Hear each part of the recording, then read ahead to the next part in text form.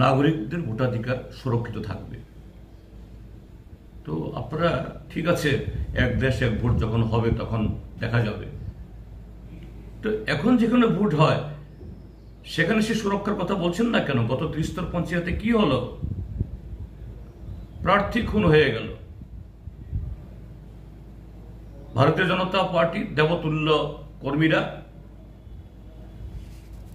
যেদিন নমিনেশনের নোটিশ দাখিল হলো সেদিন থেকে নমিনেশন দাখিলের শেষ দিন অবধি ব্লক অফিসগুলো ঘিরে রাখলো।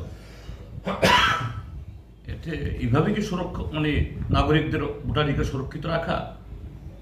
কাজে ত্রিপুরা রাজ্যের মানুষ তাদের এই যে সত্যের অপলাপ ঘটানো, গণতন্ত্র সংবিধানকে খাটো করা এবং মানুষের অধিকার নিয়ে এইভাবে বেসুরো কথা বলা, এগুলাকে গ্রহণ করবে না। অন্য মুখ্যমন্ত্রী সত্যকে সত্য বলুন, এতে গণতন্ত্র শক্তিশালী হবে। অতীতে ভুল ভ্রান্তি করলেও যদি শুধরানোর চেষ্টা হয়, মানুষ তাকে এবং তার সরকারকে গ্রহণ করবে। না হলে পরে এই সরকারের যে দুর্বলতা আরো বাড়তে থাকবে, এটা কেউ রক্ষা করতে পারবে না।